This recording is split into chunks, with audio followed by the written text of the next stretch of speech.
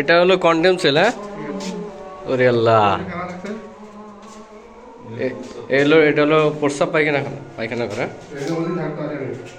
তো বাথরুম করে কেমনি? এতে তো ও নষ্ট হয়ে গেছে।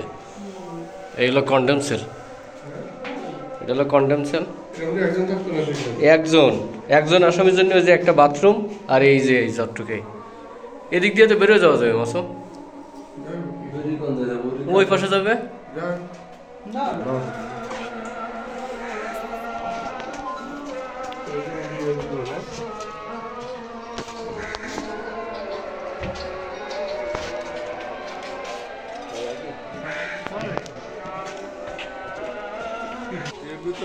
খাওয়া দাওয়া বাথরুম সব এক জায়গায়।